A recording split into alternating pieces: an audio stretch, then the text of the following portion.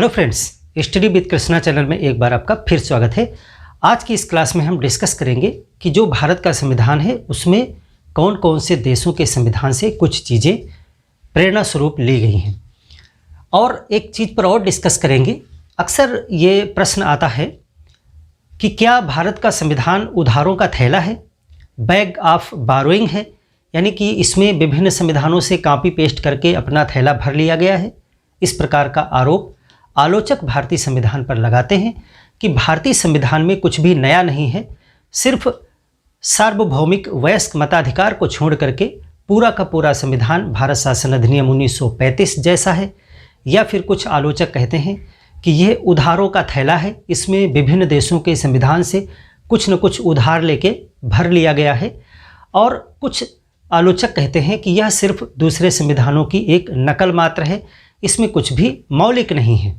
इस प्रकार के आरोप कितना सही हैं, इस पर भी हम डिस्कशन करेंगे। और साथ साथ में ही प्रश्न उठता है कि भारत के संविधान में विभिन्न देशों के संविधान से कौन कौन सी चीज़ें ग्रहण की गई हैं, इस पर भी बात करेंगे। तो चलिए सबसे पहले हम देखते हैं कि भारत के संविधान में क्या क्या चीज़ें कहाँ से ली गई हैं, उसके बाद में हम इस पर डिस्कस करेंगे। तो देखिए, दो स्रोत हैं। भारत के संविधान को जब बनाया गया था उस समय भारत में भारत शासन अधिनियम 1935 चल रहा था।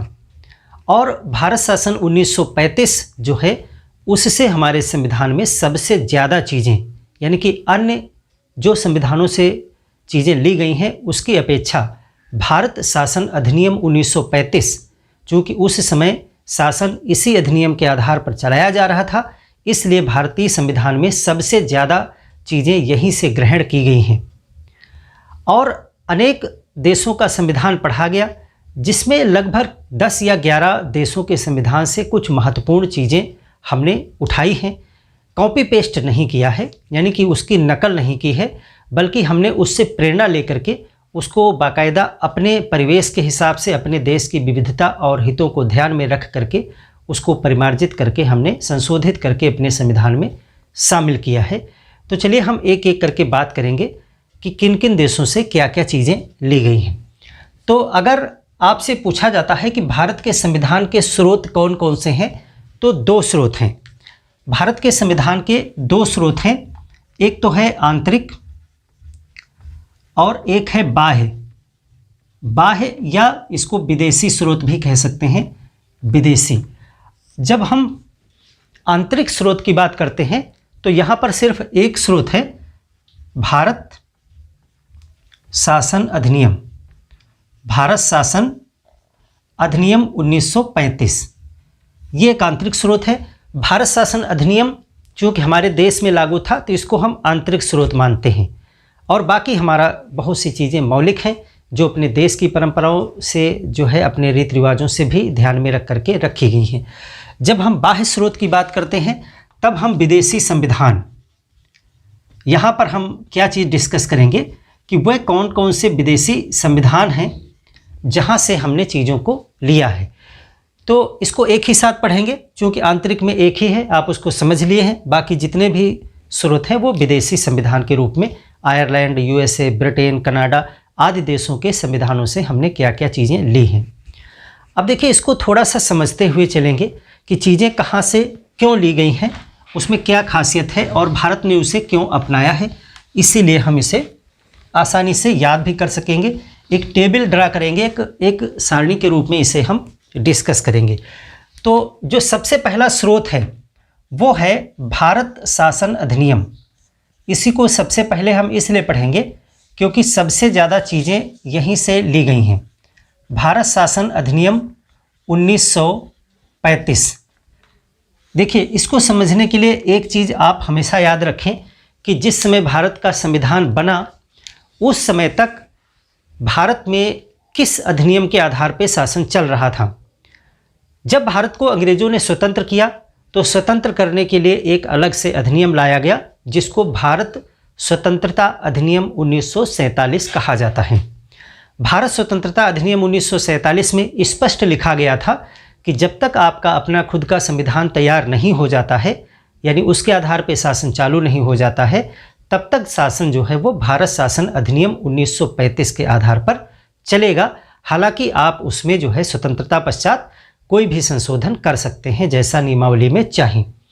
तो चूंकि भारत शासन अधिनियम 1935 से आया था और लगभग जो है 10 वर्षों से ज़्यादा समय तक इस शासन के रूप को हमने समझा था और ये ब्रिटेन के द्वारा लाया गया था और 100 से अधिक वर्षों से ब्रिटेन का सीधा शासन हमारे ऊपर था और ब्रिटेन की कार्य पद्धति, उसका शासन करने का तरीका वो हमारे देश के लोगों में व्यवहारिक रूप से परिचित हो गया था। यानी हम देश की शासन प्रशासन व्यवस्था को उसी अनुसार चला रहे थे जैसा कि ब्रिटेन में चलता आ रहा था।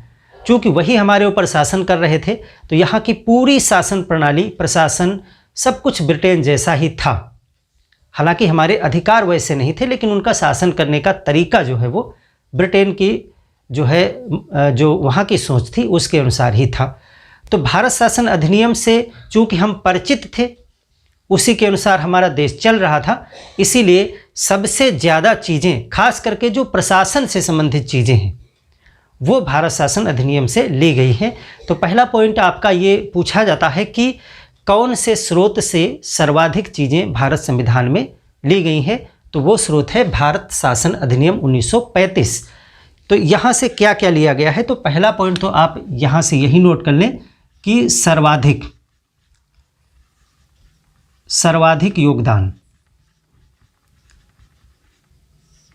कुछ आलोचक ये आरोप लगाते हैं कि हमारे देश का संविधान भारत शासन अधिनियम 1935 का ही थोड़ा बहुत संशोधित रूप है, क्योंकि 395 अनुच्छेद में लगभग 250 के आसपास का जो अनुच्छेद है वो इसी से प्रेरित था, इसी खाका पर आधारित था। तो आलोचक कहते हैं कि ये तो सिर्फ 1935 में थोड़ा सा संशोधन करके ही संविधान बना दिया गया है, इसमें कुछ भी नया नहीं है, और जो कुछ भी नया लाया गया है वो दूसरे देशों के संविधान से लाया गया है, इसीलिए ये उधारों का थैला है। तो देखिए, सर्वाधिक योगदान तो है, ये एक तथ्य है कि भारत शासन अधिनियम 1935 का सर्वाधिक योगदान है। क्या क्या चीज़ें ली गई हैं, तो देखिए हमारा जो संघीय व्यवस्था है, संघीय व्यवस्था भारत शासन अधिनियम में आ गई है। आपको पता होगा कि जब भारत शासन अधिनियम 1935 लाया गया तो उसमें जो है भारत को एक संघ बनाने की बात की गई थी, जिसमें एक संघ सरकार होगी और प्रांतों की राज्य सरकारें होंगी, ऐसा उन्होंने कहा था। और उसमें ये बताया गया कि जो भारत का संघ होगा उसमें सभी प्रांत होंगे, उस समय 11 प्रांत थे, और देसी रियासतें भी होंगी। लेकिन 1935 में देसी रियासत के जो राजा थे वो संघ में शामिल होने से राजी नहीं हुए, इसीलिए 1935 में भारत संघ का निर्माण या अखिल भारतीय संघ का निर्माण नहीं हो पाया था। हालांकि राज्यों की सरकारें जो है 1937 में चुनाव हुआ और वहाँ पर जो है प्रांतों में सरकारें बन गई थीं। लेकिन 1935 में चूँकि संघीय व्यवस्था लाई गई थी तो उसी को बाद में हमने अपनाया है, भारत को एक संघ बनाया गया। हालांकि जो 1935 में संघीय व्यवस्था का मॉडल था वो मॉडल हमने थोड़ा परिवर्तित किया है, उसको कनाडा के आधार पर लाए हैं, तो उसको हम अभी कनाडा के संविधान में डिस्कस करेंगे कि हमारा जो संघीय स्वरूप है वो कनाडाई मॉडल पे आधारित है, लेकिन ये विचारधारा जो संघीय व्यवस्था की है वो भारत शासन अधिनियम 1935 से ही ली गई थी। तो संघीय व्यवस्था यहाँ से ली हमने। और आपको पता है कि न्यायपालिका की व्यवस्था भी उस समय जो है थी, वही सिस्टम हमने उठाया है, न्यायपालिका संरचना।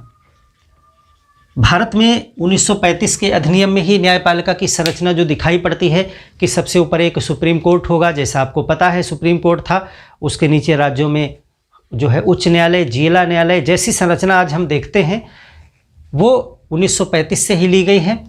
और यहाँ पर आपको पता है कि 1935 में एक लोक सेवा आयोग, एक जो केंद्र में लोक सेवा आयोग गठित किया गया था, वो चीज़ जो है वहीं से ली गई है, लोक सेवा आयोग। और अगली चीज़ जो है वो है राज्यपाल का कार्यालय। राज्यपाल का कार्यालय जैसा जो है राज्यपाल का सिस्टम उस समय हुआ करता था, वही हमने कॉपी कर लिया है, राज्यपाल का कार्यालय। और इसके अतिरिक्त 1935 से जो है प्रशासनिक जो है विवरण प्रशासनिक विवरण। सबसे ज़्यादा प्रशासनिक विवरण यानी प्रशासन संबंधी जो उपबंध हैं वो 1935 से ही लिए गए हैं। इसी वजह से ज़्यादा अनुच्छेद आ गए, प्रशासन संबंधी बातें उसमें ज़्यादा हैं। बाकी अगर देखेंगे खास चीज़ों में तो सर्वाधिक योगदान इसी वजह से है, प्रशासनिक विवरण की वजह से ही। संघीय व्यवस्था, फेडरल सिस्टम जो है उसकी विचारधारा, हालांकि फेडरल सिस्टम वैसा नहीं है जैसा 1935 में था, उसका हम क्वासी फेडरल हैं यानी अर्ध संघात्मक है, और वो कनाडाई मॉडल पे आधारित है। कनाडाई मॉडल ये होता है कि जिसमें केंद्र ज़्यादा शक्तिशाली होता है, अभी हम बात करेंगे उस पर।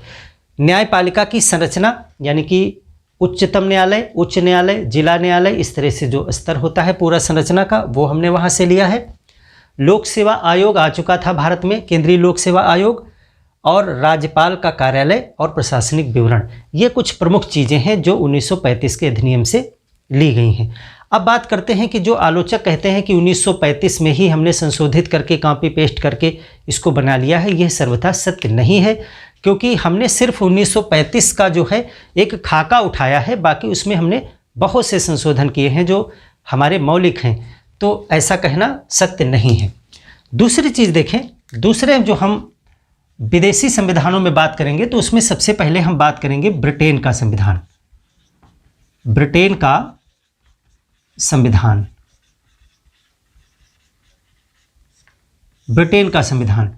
देखिए, ब्रिटेन का संविधान सबसे पहले इसलिए हम डिस्कस कर रहे हैं क्योंकि हमारे ऊपर ब्रिटेन का ही शासन था, और उनके शासन करने की जो प्रणाली थी उसके प्रति हम सहज हो चुके थे, यानी उसको हम, हमारे देश के जो नेता थे वो उसी प्रणाली को समझते थे। जैसे कि अगर हमारे देश में संसद की व्यवस्था है, संसद में विधेयक रखा जाता है, फिर वो राष्ट्रपति के पास जाता है, फिर वो अधिनियम बनता है, यानी कि जो सरकार की एक कार्य करने की प्रणाली होती है वो ब्रिटेन के हिसाब से चल रही थी, तो हमने उसी को अपना लिया। यानी कि जितनी भी संसदीय चीज़ें थीं, यानी संसदीय शासन की प्रणाली जो थी वो हमने ब्रिटेन से ही ली है। ब्रिटेन, अब चूंकि वही हमारे यहाँ चल रहा था तो उसमें लेना या ना लेना, ऐसा कहना कि हमने वहाँ से कॉपी किया है, कॉपी नहीं किया है, वो हमारे देश में डेवलप हुआ था, वो यहीं पे पूरी तरीके से विकसित हुआ धीरे धीरे। आप देख रहे हो, जब आपने पीछे अधिनियम पढ़े थे 1919 का हो या 1935 का हो, तो आपने देखा किस प्रकार से धीरे धीरे यहाँ पर जो है संसद बनी, फिर द्विसदन बने यानी 2 सदन बनाए गए, और ऐसे करके धीरे धीरे डेवलपमेंट हुआ, और 1935 में आकर के वो चीज़ें आ गई। तो ये जो व्यवस्था है वो ब्रिटेन की ही व्यवस्था है। तो ब्रिटेन के संविधान से हमने ग्रहण किया है वो है संसदीय प्रणाली, पार्लियामेंट्री सिस्टम, संसदीय प्रणाली। आगे हम इसको पढ़ेंगे भी है कि प्रणाली क्या होती है, पार्लियामेंट्री सिस्टम, पार्लियामेंट्री गवर्नमेंट क्या होती है, और अध्याक्षात्मक जो है वो गवर्नमेंट क्या होती है, दोनों पे हम बात करेंगे। आगे इसकी पूरी अलग से क्लासेस होंगी। तो संसदीय प्रणाली और द्विसदनात्मक व्यवस्था, 2 सदन जो है, लोकसभा राज्यसभा यहाँ भी होते हैं, उसी प्रकार से ब्रिटेन में भी होते हैं, द्विसदनात्मक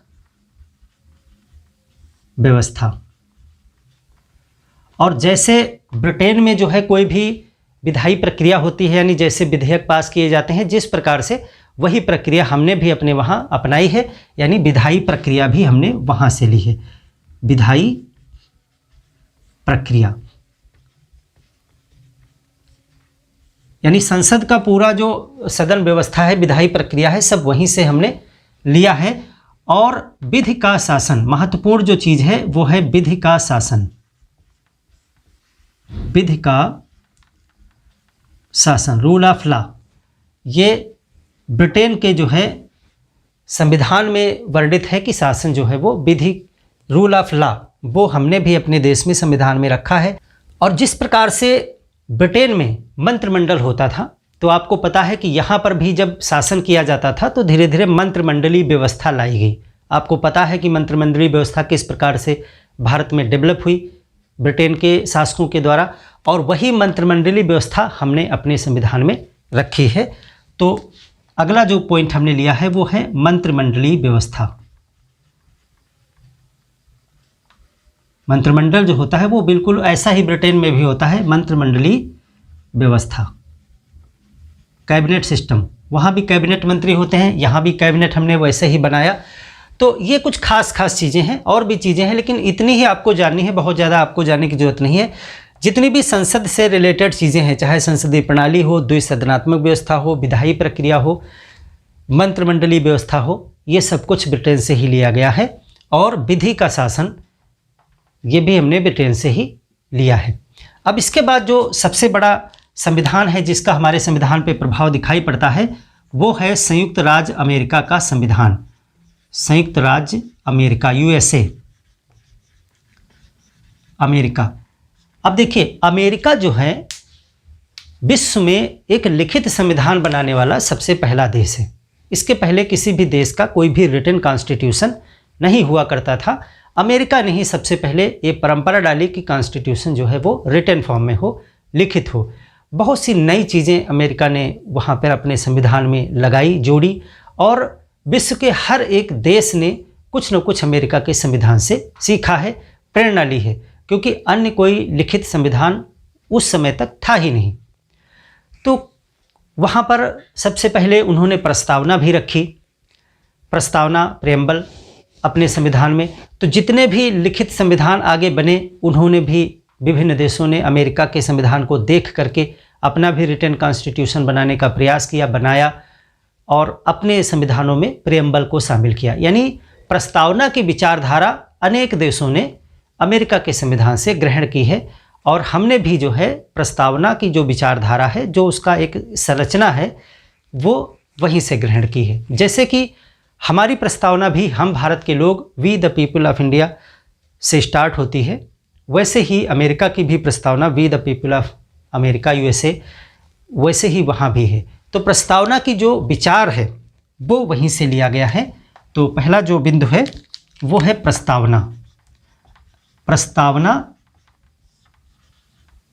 की संरचना। प्रस्तावना आप लिख लें, उतने से ही समझ जाएंगे। ऐसा नहीं कि पूरी तरीके से हमने उसकी प्रस्तावना को कॉपी कर लिया है। प्रस्तावना का विचार, यानी प्रस्तावना हो एक संविधान में, ऐसा वहीं से लिया गया है। दूसरी चीज़, अमेरिका वो पहला देश था जिसमें रिटन फॉर्म में जो है मौलिक अधिकारों को बिल ऑफ राइट्स के रूप में वहाँ पर रखा गया है। तो अमेरिका में बिल ऑफ राइट्स कहा जाता है, और उसी को हमने अपने संविधान में मौलिक अधिकार के रूप में शामिल किया है। तो मौलिक अधिकार जो भाग 3 में आप पढ़ते हो, वो अमेरिका से प्रेरित हैं। यहाँ पे ये कहना गलत है कि हमने उनके मौलिक अधिकारों को कॉपी पेस्ट कर लिया है, ऐसा नहीं है। हमारे यहाँ बहुत से मौलिक अधिकार ऐसे हैं जो पूरी तरीके से ओरिजिनल हैं, वो अमेरिका से कॉपी पेस्ट नहीं है। लेकिन मूल अधिकार रखने की एक विचारधारा जो है वो अमेरिका से प्रेरित है। तो संयुक्त राज्य अमेरिका से अगला जो हमारा वहाँ का योगदान है वो है मौलिक अधिकार, मूल अधिकार, मौलिक अधिकार। और अमेरिका में इसको जो है बिल ऑफ राइट्स कहा जाता है, बिल ऑफ राइट्स, ये यूएसए में कहा जाता है इसको। ये प्रश्न भी अक्सर पूछ लिया जाता है कि अमेरिका में मौलिक अधिकारों को क्या कहा जाता है, तो वहाँ पे बिल ऑफ राइट्स उसको कहा गया। तो प्रस्तावना का विचार, मौलिक अधिकार। अब देखिए, शक्ति का पृथक्करण जो है वो सबसे पहले अमेरिका लाया रिटन फॉर्म में। रिटन कॉन्स्टिट्यूशन का ये विशेषता होता है कि शक्तियों का पृथक्करण। जो स्टेट होता है, जो राज्य होता है, सरकार होती है, उसके कार्यपालिका, विधायिका और न्यायपालिका 3 अंग हैं। जब शक्ति पृथक्करण की बात आई, पहले तो एक ही व्यक्ति हुआ करता था राजा, कोई शक्तियों का विभाजन नहीं था, वही न्याय करता था, वही योजनाएं बनाता था, वही कार्यपालिका, विधायिका, सब कुछ वही था, यानी जो राजा का सिस्टम था। जब अरस्तु जैसे दार्शनिकों ने ये आवाज़ें उठाई कि ऐसा नहीं होना चाहिए, शक्तियाँ अलग अलग लोगों में निहित होनी चाहिए, बाद में मॉन्टेस्क्यू ने जो है इसका तरीका निकाला। मॉन्टेस्क्यू महान विचारक थे, उन्होंने ये तरीका निकाला कि आखिर शक्तियों का विभाजन कैसे होगा। तो उन्होंने कहा कि स्टेट को जो है कार्यपालिका, विधायिका और न्यायपालिका, इसके 3 अंग होने चाहिए। कार्यपालिका का काम अलग होना चाहिए, विधायिका का काम विधि बनाना होना चाहिए, अलग होना चाहिए, न्यायपालिका पृथक होना चाहिए। और उन्होंने कहा कि तीनों अंगों का जो है उसकी शक्तियाँ बिल्कुल अलग अलग होनी चाहिए। ये मॉन्टेस्क्यू का विचार था। मॉन्टेस्क्यू फ्रांस के महान दार्शनिक थे। मॉन्टेस्क्यू के विचार पर ही जो है अमेरिका में सबसे पहले शक्तियों को रिटन फॉर्म में जो है अलग अलग किया गया। और वहाँ पर जो विभाजन है कार्यपालिका, विधायिका और न्यायपालिका में, वो बहुत ज़्यादा स्पष्ट है, क्लियर कट है। यानी कि एक बॉडी दूसरे में बिल्कुल भी हस्तक्षेप नहीं कर सकती है। न्यायपालिका कार्यपालिका के कार्यों में हस्तक्षेप नहीं कर सकती, बिल्कुल अलग अलग डिफरेंट शक्तियों का स्पष्ट विभाजन है। हालांकि भारत में उतना स्पष्ट विभाजन नहीं है, यहाँ पर शक्तियों का उतना क्लियर कट विभाजन नहीं है और एक दूसरे में नियंत्रक के रूप में काम करते हैं। अंतर है थोड़ा सा, लेकिन ये जो विचार है वो वहीं से लिया गया था।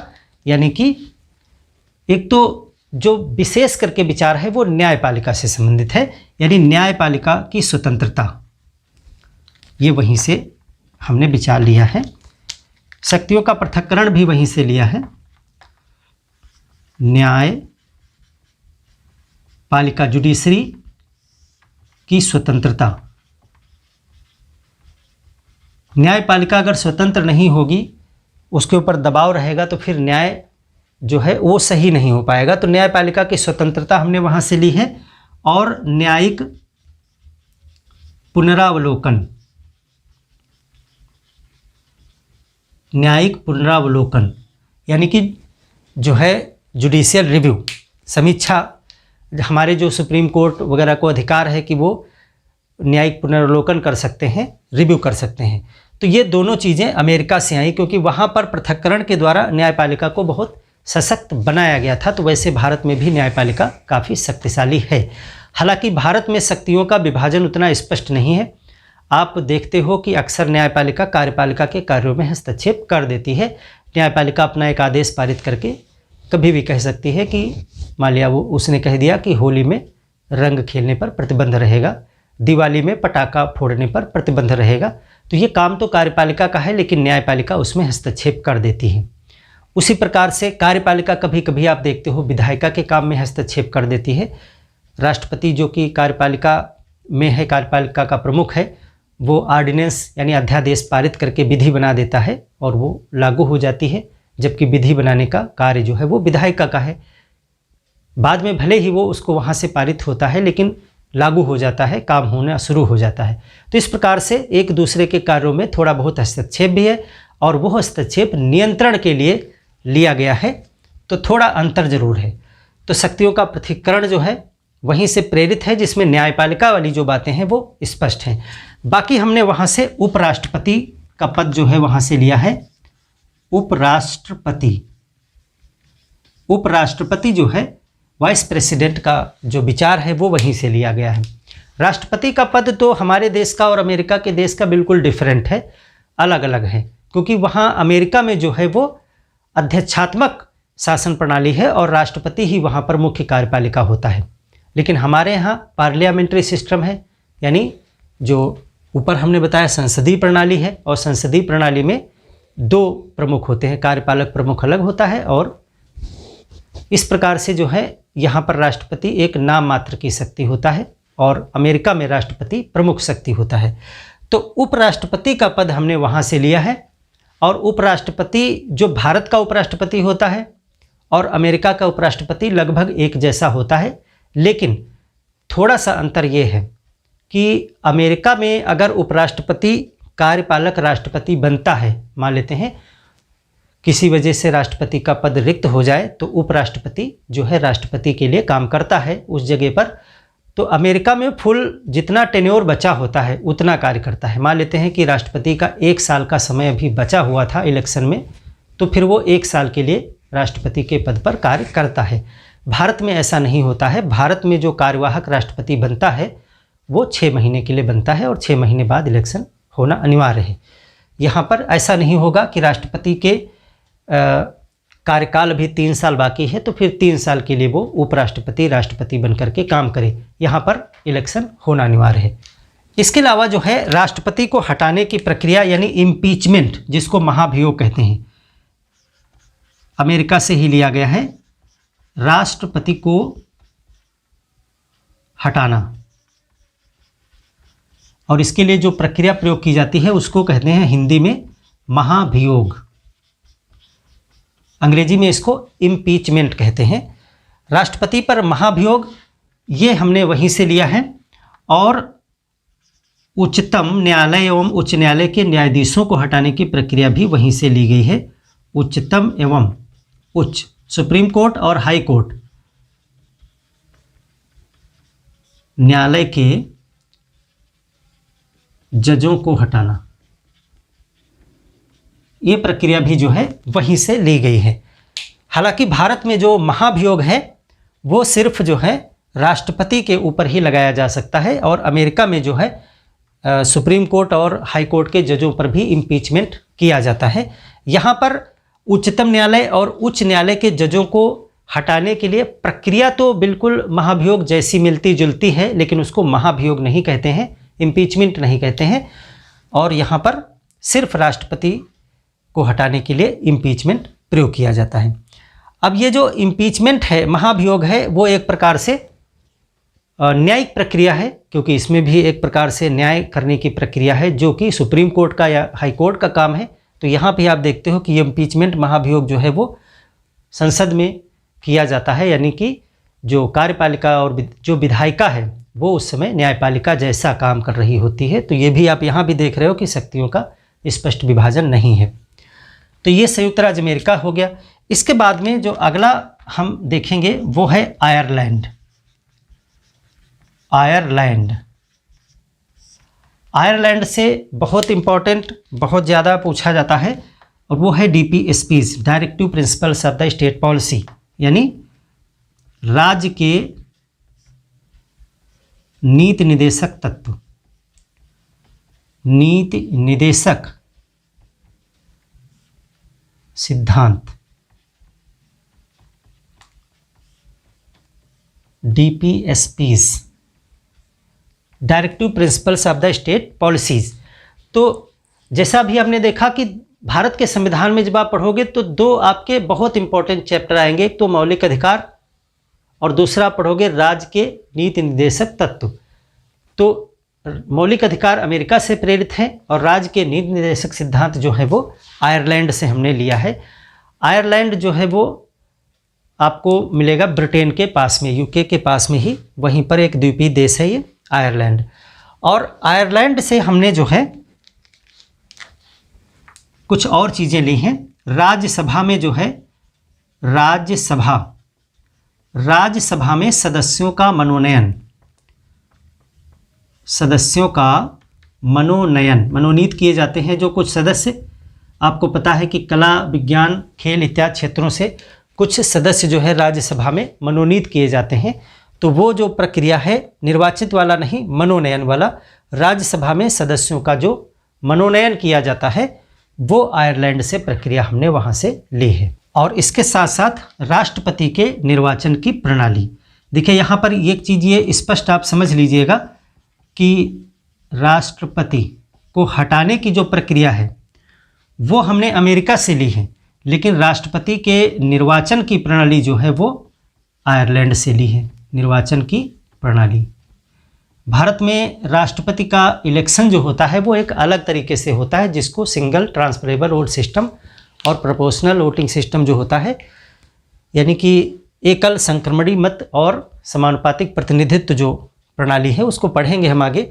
वो जो सिस्टम है वो आयरलैंड में अपनाया जाता है। तो राष्ट्रपति के निर्वाचन की प्रणाली जो है वो हमने आयरलैंड से ली है, और राष्ट्रपति को हटाने की प्रणाली जिसको इम्पीचमेंट कहते हैं वो हमने अमेरिका से ली है। अमेरिका में राष्ट्रपति का इलेक्शन थोड़ा डिफरेंट तरीके से होता है, वैसा तरीका हम अपने यहाँ नहीं अपनाते हैं। तो ये आयरलैंड से हमने इतनी चीज़ें ली हैं। अगला जो हम पढ़ेंगे वो है कनाडा। कनाडा का संविधान। तो देखिए कनाडा के संविधान हमने अभी ऊपर आपसे डिस्कशन किया था कि भारत शासन अधिनियम में हमने संघीय व्यवस्था को देखा था, लेकिन हमारी संघीय व्यवस्था थोड़ा सा अन्य देशों के फेडरल सिस्टम से अलग है, क्योंकि हमारे यहाँ जो फेडरल सिस्टम है, जो संघ है, वो दो प्रकार के लक्षण भी दिखाता है, यानी कि वो संघात्मक भी रहता है और समय आने पर एकात्मक भी हो जाता है। उसमें कुछ लक्षण एकात्मक के भी होते हैं और परिस्थितियों अनुसार जो है वो केंद्र ज़्यादा सशक्त हो जाता है। तो जिस संघ में केंद्र ज़्यादा शक्तिशाली होता है, ऐसा उदाहरण जो है कनाडा में आपको देखने को मिलता है। तो हमारा जो फेडरल सिस्टम है, जो संघीय व्यवस्था है, वो कनाडाई मॉडल पे आधारित है। तो कनाडाई मॉडल से हमने क्या लिया है, वहाँ से हमने लिया है मजबूत संघ, मजबूत संघ सरकार, यानी केंद्र सरकार वाला संघीय मॉडल, संघीय व्यवस्था। यानी कि जो संघीय व्यवस्था है वो विचारधारा तो 1935 से ही है, लेकिन एक मजबूत संघ के साथ में वो मॉडल कनाडा से हमने लिया है। और कनाडा में भी अवशिष्ट शक्तियां जो होती हैं वो संघ के पास में ही रहती हैं, यानी केंद्र सरकार के पास में रहती हैं, तभी तो वो मजबूत है, उसके पास शक्तियां ज़्यादा हैं। तो वो वाली जो बात है, यानी अवशिष्ट शक्तियां केंद्र के पास होना। अवशिष्ट मतलब जो बची हुई होती हैं, आपको बताया था पीछे हमने, अवशिष्ट शक्तियां केंद्र के पास, ये विचार भी जो है कनाडा से ही लिया गया है। और साथ साथ में जो है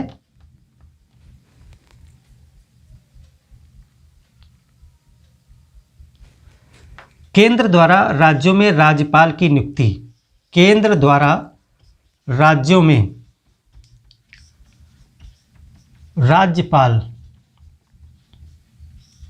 की नियुक्ति, देखिए ये चीज़ भी केंद्र को मजबूत बनाती है। आप लॉजिक से याद रखेंगे कि जो जो चीज़ें केंद्र को मजबूत बनाती हैं वो सब कनाडाई मॉडल है। तो राज्यपाल की नियुक्ति केंद्र सरकार करती है, तो इससे केंद्र की ही शक्ति में तो इजाफा हुआ, क्योंकि जब वो चाहे तो राज्य पर हावी हो सकता है राज्यपाल के माध्यम से।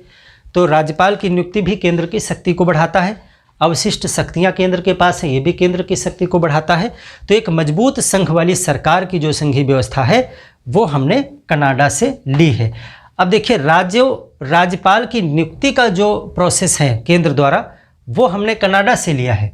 लेकिन यहाँ पर आप देख रहे थे कि राज्यपाल का जो कार्यालय है, यानी राज्यपाल वाली जो व्यवस्था है, वो हमने 1935 वाले अधिनियम से ही लिया है। इसके अलावा कनाडा के अलावा देखिए अगला जो देख रहे हैं हम 6 नंबर पे, वह है ऑस्ट्रेलिया। ऑस्ट्रेलिया, अब देखिए ऑस्ट्रेलिया से क्या क्या लिया गया है, तो बहुत ज़्यादा पूछा जाता है। एक तो समवर्ती सूची, कॉन्कर्ड लिस्ट, समवर्ती सूची। आपको पता है कि 7वीं अनुसूची में या भारतीय संविधान में केंद्र और राज्य के बीच में शक्तियों का बंटवारा किया गया है, जिसमें 3 लिस्ट होती हैं, यूनियन लिस्ट, स्टेट लिस्ट और कॉन्कर्ड लिस्ट, यानी समवर्ती सूची। तो समवर्ती सूची वो सूची होती है जिसमें जो चीज़ रखी होती है उस पर केंद्र और राज्य सरकार दोनों नियम कानून बना सकते हैं, विधि बना सकते हैं उन विषयों पर। तो समवर्ती सूची का विचार जो है वो ऑस्ट्रेलिया से लिया गया है। और साथ ही साथ ऑस्ट्रेलिया से एक और चीज़ ली गई है, व्यापार और वाणिज्य की स्वतंत्रता। ये चीज़ भी जो है ऑस्ट्रेलिया से प्रेरित है। क्या चीज़? व्यापार, ट्रेड एंड कॉमर्स, व्यापार और वाणिज्य, वाणिज्य यानी ट्रेड एंड कॉमर्स की फ्रीडम, स्वतंत्रता, व्यापार और वाणिज्य की स्वतंत्रता। और संसद की संयुक्त बैठक, दोनों सदनों की संयुक्त बैठक जो होती है, आपको पता है कि कुछ विशेष परिस्थितियों में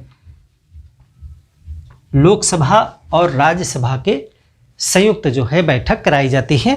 तो संसद की संयुक्त बैठक की जो विचारधारा है वो ऑस्ट्रेलिया से प्रेरित है। तो इस तरह से हमने ये कुछ देशों को देखा। इसके अलावा भी हम अभी और 4-5 देखेंगे। इसका आप स्क्रीनशॉट एक ले लीजिए, इसको मैं मिटा देता हूँ।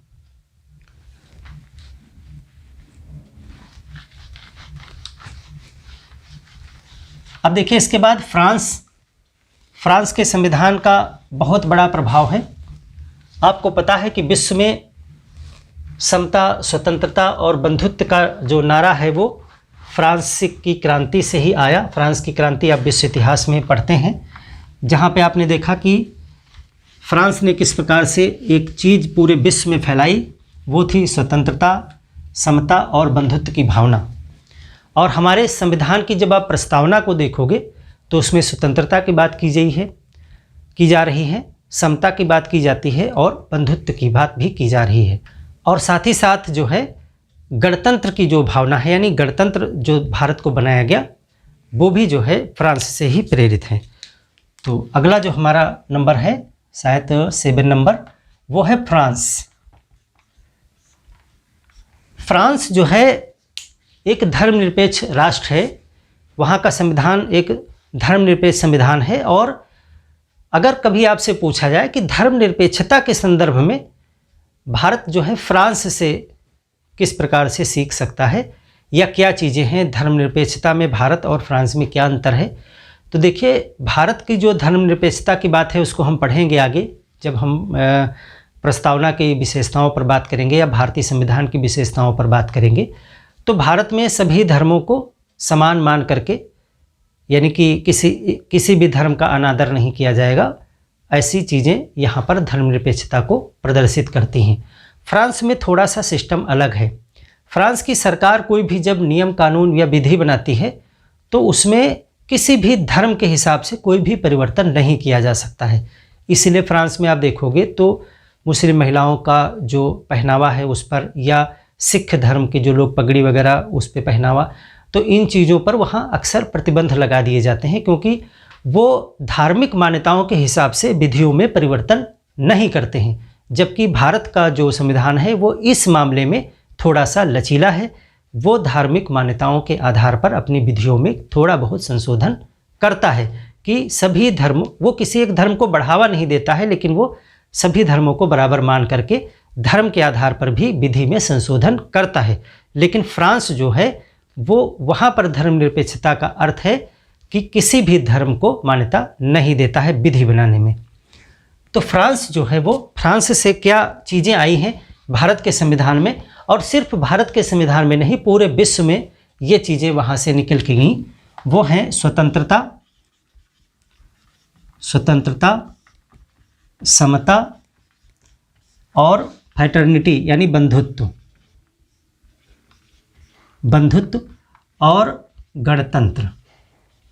और ये सब चीज़ें आपको भारत की प्रस्तावना में ही मिल जाएंगी। हालांकि पूरा संविधान इन्हीं चीज़ों से पटा पड़ा हुआ है, स्वतंत्रता की बात से, समता की बात से, बंधुत्व की बात से, और गणतंत्र तो हैं ही हम। और ये सभी शब्द आपको प्रस्तावना में ही मिल जाएंगे। और ये सारी चीज़ें जो है फ्रांस से अडॉप्टेड है, फ्रांस से विचारधारा ये आई है निकल करके, तो वहीं से लिया गया है। इसके बाद में जो है वो हम देखेंगे दक्षिण अफ्रीका,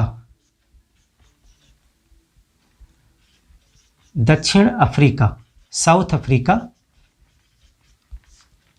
संविधान को संशोधित करने की प्रक्रिया जो है वो भारत में कुछ ऐसी है कि जो कुछ मामलों में लचीली है, कुछ मामलों में कठोर है। तो भारत जो है लचीला संविधान भी है और कठोर संविधान भी है, क्योंकि यहाँ पे कुछ प्रावधानों को, कुछ अनुच्छेदों को संशोधित करने के लिए बहुत सरल प्रक्रिया होती है, इसलिए ये लचीला है। और कुछ संशोधन ऐसे हैं, कुछ प्रावधानों में संशोधन करने के लिए कठोर प्रक्रिया अपनाई जाती है, इसलिए भारत का संविधान कठोर भी है, कठोर और लचीले का मिश्रण है। तो संविधान में जो संशोधन करने की प्रक्रिया है वो हमने लिया है दक्षिण अफ्रीका से, यानी आर्टिकल 368 जो है वो वहाँ से प्रेरित है। संविधान में संशोधन की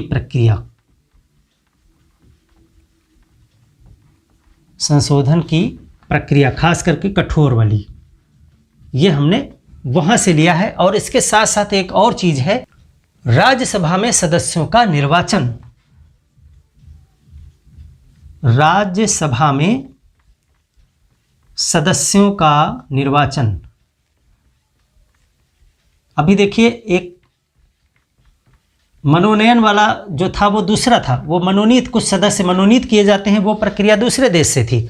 लेकिन राज्यसभा में सदस्यों का जो निर्वाचन है ये प्रक्रिया हमने जो है साउथ अफ्रीका से ली है। अब जर्मनी का जो वाइजर संविधान, उससे क्या हमने लिया है, जर्मनी का वाइजर संविधान।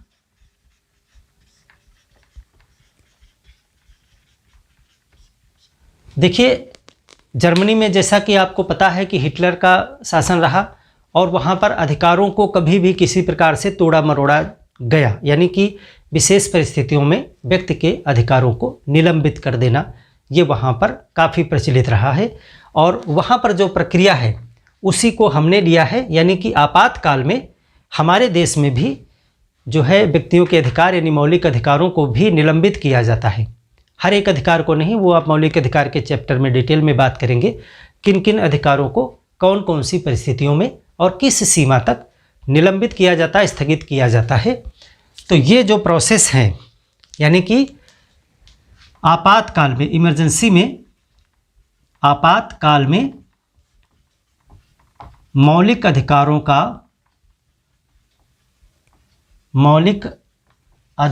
का निलंबन,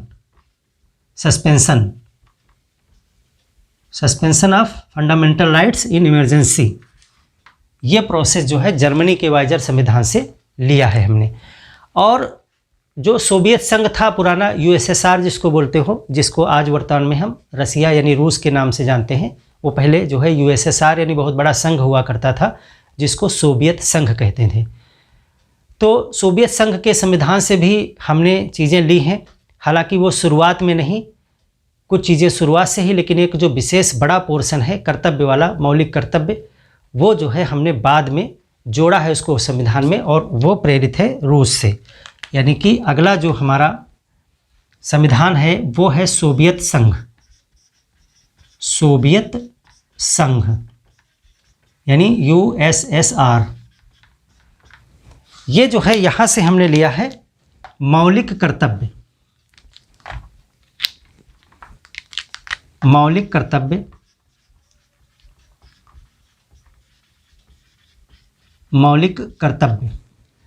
और एक चीज़ और ली है यहाँ से, जो न्याय की प्रस्तावना में जो न्याय की विचारधारा है, प्रस्तावना में न्याय की विचारधारा,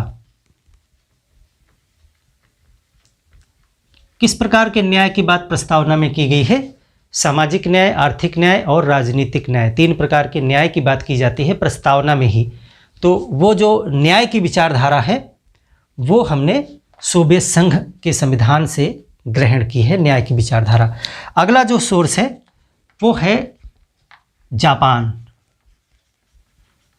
और जापान से हमने जो है विधि द्वारा स्थापित प्रक्रिया,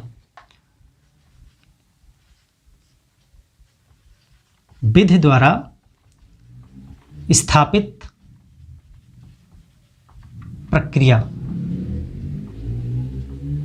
ये जो विचारधारा है वो जापान से हमने ग्रहण की है, विधि द्वारा स्थापित प्रक्रिया।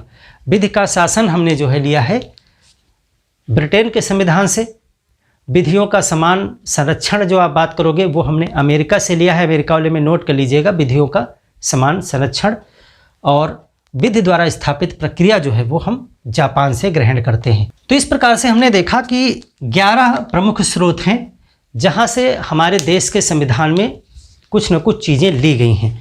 अब हम बात करते हैं इस टॉपिक पे, क्या भारत का संविधान उधारों का थैला है? तो आपने देखा कि हमने विभिन्न देशों से बहुत सारी चीज़ें ग्रहण की हैं। अब इसको अगर हम कह रहे हैं कि ये उधारों का थैला है, यानी हमने विभिन्न संविधानों से चीज़ें उधार लेके अपने थैले में भर ली हैं, तो क्या ये कहना उचित है? तो अगर हम इस विवरण पे नज़र डालें तो हमको लगता है कि हमने विभिन्न देशों से चीज़ों को अपने संविधान में लिख लिया है, इसमें हमारी संविधान सभा ने कुछ भी परिश्रम नहीं किया है, इसको नकल कर लिया है, ऐसा प्रथम दृष्टया प्रतीत होता है। लेकिन यह सर्वथा सत्य नहीं है कि भारत का संविधान उधारों का थैला है, बैग ऑफ बारोइंग्स है या दूसरे संविधानों की नकल है, ऐसा बिल्कुल भी सत्य नहीं है। क्यों? क्योंकि जब भारत का संविधान बना तब तक बहुत से देशों का संविधान बन चुका था और संविधान की कुछ मौलिक विशेषताएं होती हैं, क्योंकि संविधान जो है मनुष्य के लिए बनाया जाता है और पूरी पृथ्वी पर मनुष्यों की जो मौलिक मांगें हैं वो एक ही समान होती हैं, चाहे वो ब्रिटेन हो, चाहे वो यूएसए हो, चाहे भारत हो, चाहे पाकिस्तान हो, चाहे चीन हो। मनुष्य के कुछ मौलिक अधिकार होते हैं, मनुष्य के कुछ मौलिक कर्तव्य होते हैं, मनुष्य की कुछ मौलिक मांगें हैं, मौलिक ज़रूरतें हैं।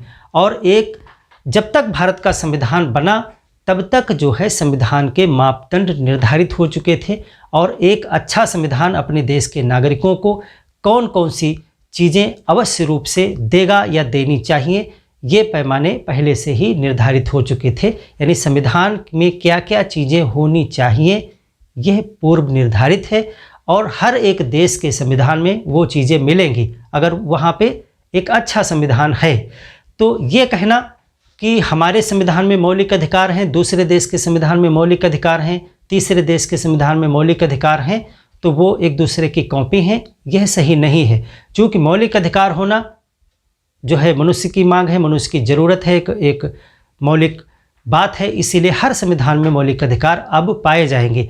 ये बात ज़रूर है कि अमेरिका ने सबसे पहले अपना संविधान बनाया, इसीलिए उन्होंने मौलिक अधिकार वहाँ पे रखे और बाद में अन्य देशों ने उसको देखा, या ना भी देखा होता तब भी वो उससे मिलती जुलती चीज़ें ज़रूर रखते।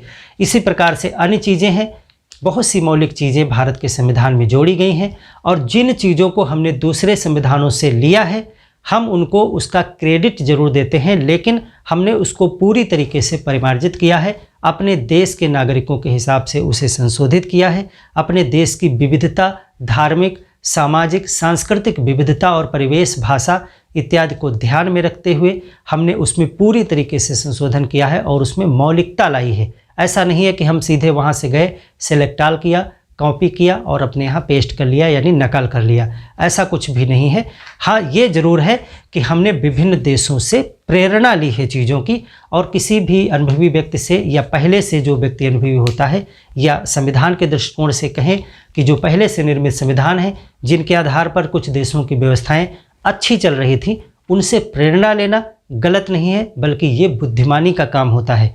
दूसरे के अनुभव से सीखना जो है बुद्धिमानी का काम होता है, क्योंकि इसमें जो है आप जो है अपना समय बचाते हैं और दूसरे के अनुभव से अच्छी चीज़ें सीखते हैं। और मनुष्य का यही गुण भी होना चाहिए कि उसको अपने से पूर्व में जो व्यक्ति कार्य करते हैं उनके अनुभव से सीख लेना चाहिए, ताकि स्वयं से ऐसा ना हो गलतियां करने पर सीखना पड़े। तो भारत के संविधान को उधारों का थैला कहना गलत है, ये आलोचना सर्वथा गलत है। हाँ, भारत के संविधान में अन्य देशों से मिलती जुलती चीज़ें ली गई हैं, क्योंकि हमने हमारी संविधान की सभा ने बहुत से संविधानों का अध्ययन किया था, और यदि अध्ययन ना भी किया होता या हम दूसरे को क्रेडिट ना भी दें तब भी ऐसी ही चीज़ें हमारे संविधान में होती, क्योंकि भारत के लोग ऐसा ही संविधान बनाना चाहते थे। तो मिलते हैं एक और बेहतर क्लास में, तब तक के लिए धन्यवाद।